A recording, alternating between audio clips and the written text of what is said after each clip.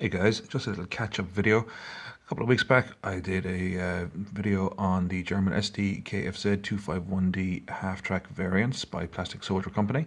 We had a look at the box, what passed for instructions, and the sprue, and we had a quick look at those bits. So this is really how it all kind of finished up for me. They come with a Pioneer variant, a Stummel variant, which is kind of a light artillery support variant, a flamethrower variant, and a mortar. So basically this is what we have. We'll look at the Pioneer version here first.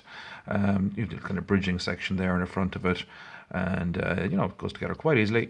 A couple of crew members with that, and one little guy inside there, and a little bit of stowage at the back. I didn't put too much stowage on this one because it just kind of didn't really lend itself towards that, but some of the other ones I did kind of put a good bit on, all right. But a little tire in the front of it, and he's got his MG42 up front and one in the rear, and kind of a colleague inside there, and just the back of it there, as you can see. And we just did it in, myself and the young lad, we just did it in a very basic kind of a stylized camouflage sort of a color, based on something he was doing previously, because we will be using these for Western Front and possibly some Eastern Front, basically anything kind of from spring to late autumn, non-winter kind of stuff. So that kind of camouflage pattern will kind of go with everything rather than trying to match in particular units and that sort of stuff. Now you'll see with the Plastic Soldier Company stuff, you do not get decals, which is unfortunate, but at the same time there's plenty of aftermarket bits and pieces out there, and we're currently just looking at a few options to apply to these guys. But I don't really worry too much about the decals anyway, in a lot of cases, but I probably will put some on these just to finish them off eventually. But that's the Pioneer one. We'll have a look at the Stummel back here. The Stummel, then again, as I said, is a little 75 millimeter kind of howitzer kind of scenario. I put a good little bit of stowage on this one because it just kind of lent itself towards that, and they're kind of a little kind of a bit battered and weather beaten. A little bit of a dry brush with some, I think it was Humbrol matte enamel 53 perhaps, but you get some nice little stowage bits and pieces. You get some personal kit, as you can probably see there. I just painted up in various different ways just to have a little bit of variance on it, really, more than anything else. And a quick run over with some Citadel null and oil on the tracks and wheels and on the main stowage areas. I didn't do it on the vehicle itself because I found that doesn't really work.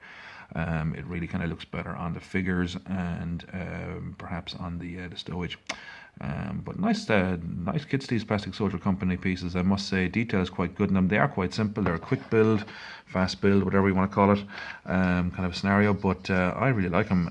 From a wargaming perspective, they're ideal, and I do wish they'd been around a long time ago. But look, they're around now, so that's what we'll work with. So here's the Mortar variant. So note the figures that I've put in these. I don't normally actually put figures into vehicles like this.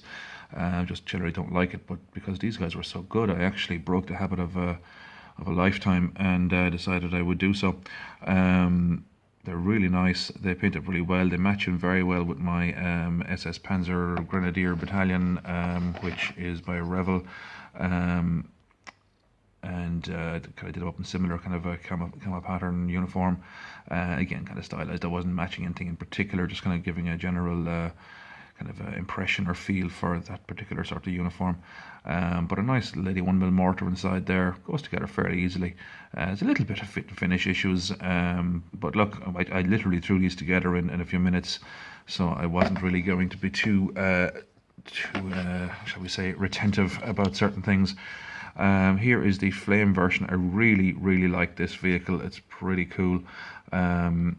The flamethrowers, of course, either side there.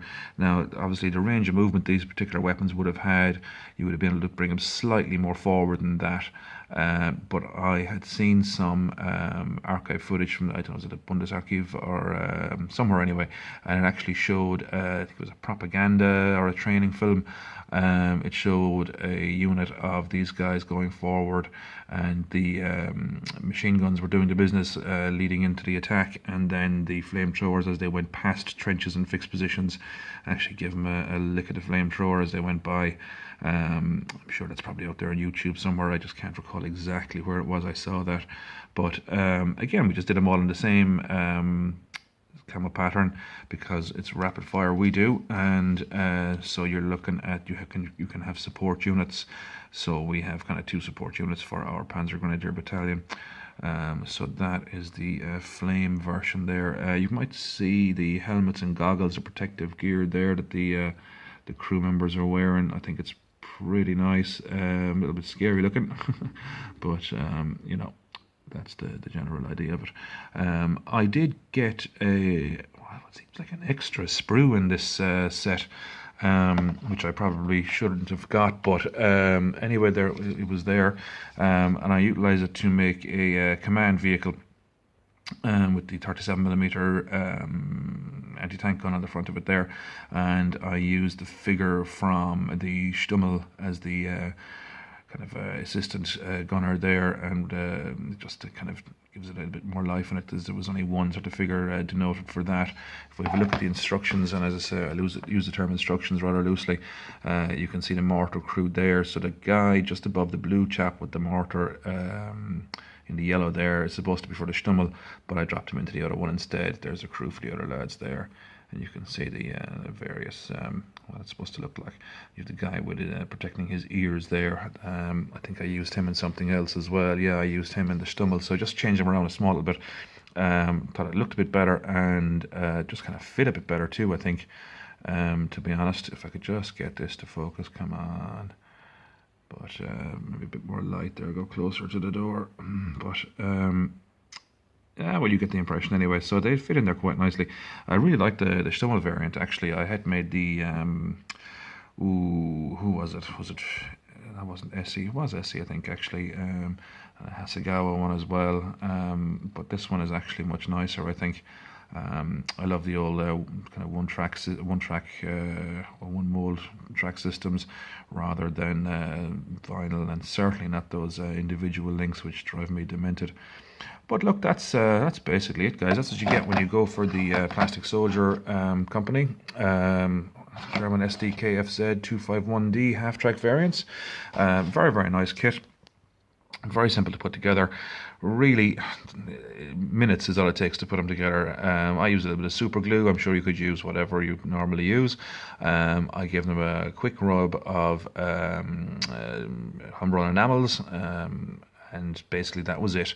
A little bit of dry brushing over just to give a sort of a weather-beaten, battle-worn sort of an effect. Did up some of the stowage bits and pieces that come with it. There's plenty of them. I actually have loads left over. I've done an entire battalion, so there's another, I'm looking over the table here, there must be 6 or 8 more half tracks there, all nicely done with stowage, and I still have loads more left, so I'll actually be utilising them on some other German kits that I'm actually working on at the moment. So that's good value for money, I reckon. You get a lot of accessories and bits and pieces to utilise for other projects, and fuel tanks or jerry cans, should I say, and bits of track and Panzer Shreks there that I've used in conversions. If you have a look at my 51st Highland Matchbox conversion video, you can see one being used in that, and also in my Matchbox NATO paratroopers converted to World War II, I used one in that as well, just to give a kind of a captured weapon scenario. So you get plenty bang for your buck, pardon the pun, with the Plastic Soldier company half tracks in both the variant and the regular D and C formats. So look, guys, I'll leave you with that. That was the quick update on the half tracks that we did a few weeks back. If you would like and subscribe, that'd be greatly appreciated. Young lad and I love to see the old views and the likes and the subscriptions rising. Cheers us up over here in Tipperary. So in the meantime, we'll leave you with that, guys. That's it, and we'll talk to you soon. All the best. Thank you for watching.